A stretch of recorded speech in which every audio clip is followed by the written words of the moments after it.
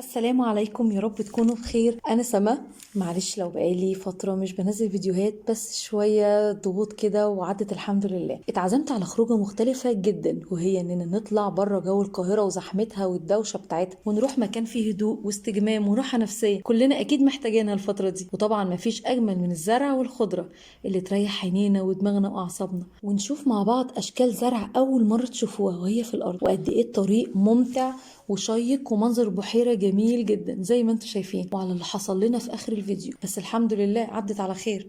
بجد حبيت ان انا النهاردة يعني اوريكم قد ايه الراحة النفسية والجمال ده كله.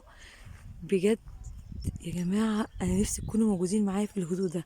راحة نفسية غير طبيعية. بجد الاماكن دي قد ايه حلوة وخلابة، قد ايه هدوء، قد ايه راحة نفسية. حاجة جامدة جدا. تعالوا مع بعض نشوف الزرع اللي انا اول مره اشوفه، اول مره اخد التجربه دي. قلت تكونوا معايا، يلا بينا. بصوا بقى جمال القمح، بصوا الجمال. ايه الجمال ده؟ هو ده بقى القمح اللي بنعمل منه دقيق. بصوا قد ايه جميل فعلا. منظر روعه فعلا. بصوا كمان الزرعه الجميله دي، بصوا الخضار، بصوا الراحه النفسيه. بجد حاجه وهم. بصوا الزهره الجميله دي، بس فعلا انا مش عارفه دي زهره ايه، بس هي حلوه قوي. بصوا النحله عامله ازاي، سبحان الله.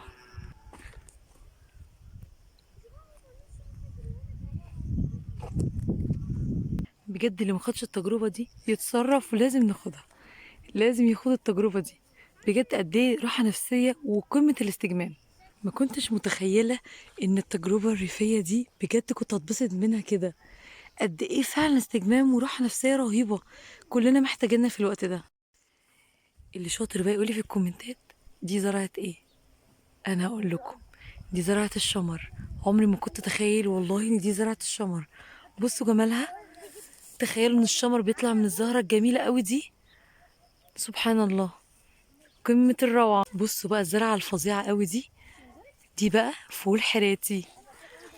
عمري أول مرة أشوف زرعة الفول حراتي. بجد حلوة قوي. لمحب الفول الحراتي دي الزرعة بتاعته. قد ايه حلوة. يا جمال التوم، هو ده التوم. اللي ما يعرفش زيي أول مرة يشوف شكل زرعة التوم. بصوا الزرعة بتاعته، ده بقى زرعة التوم.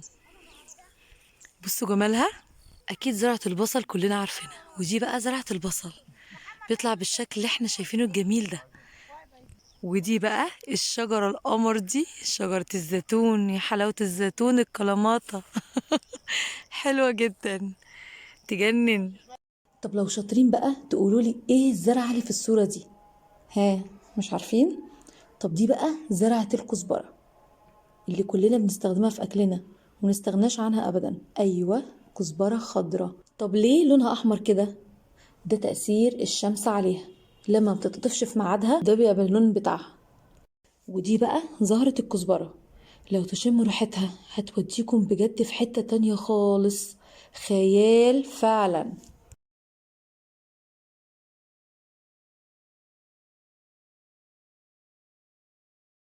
وطبعا بقى دي ناس كتيرة قوي، من ضمنهم انا طبعا ما يعرفوش ايه الزهرة دي. طب انا بقى هعرفكم عليها. دي زهرة الشيح اللي بيستخدموا في كتير من الادوية، واللي زمان لما كان حد يجيله مغص، يغلي شوية شيح. انا اسمع كده، وده اللي انا سمعته اول ما جيت هنا. بيروق جدا وبيبقى تمام التمام. ودول بقى شوية كده هدية، شبت على كزبرة على بقدونس، شوية كده بس ريحتهم يجنن. قلت بقى ارجع بيهم كده ان شاء الله البيت واعمل بيهم شوية محشي كده يجنن في الشتاء الجميل ده. وده بقى اللي بعيد قوي ده، اللي في النص الشيح ده، ده بقى كروم. ده بقى ان شاء الله ناخده معانا ونعمل بيه بقى شوية محشي. ما حصلش فجأة لقيت لمة كبيرة كده، فقلت في ايه يا جماعة؟ قالوا في ولد من المزارعين اللي حوالينا لقى تعبان. تعبان يا خبر. وطبعا كعادة الأراضي الزراعية بتبقى مليانة تعابين زراعي كده شكلها غريبة. أنا أول مرة برضو أشوفها. وعلى فكرة الولد ده 11 سنة بس قلبه إيه بصراحة ميت. ربنا يحفظه لأهله.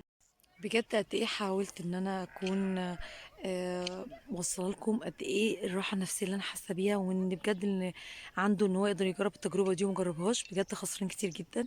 وانا مبسوطه قوي بالتجربه دي، وزي ما اتفقنا اي تجربه انا هاخدها لازم اقول لكم عليها. هو فيديو بسيط ملوش اي علاقه غير ان انا نفسي اوصل لكم قد ايه انا مبسوط، يعني مبسوطه وسعيده، وان الجو ده فعلا بيخلي فيه استجمام رهيب، وفي راحه نفسيه حلوه قوي، وقد ايه الزرع حلو قوي والخضره، وفعلا المكان فعلا يجنن.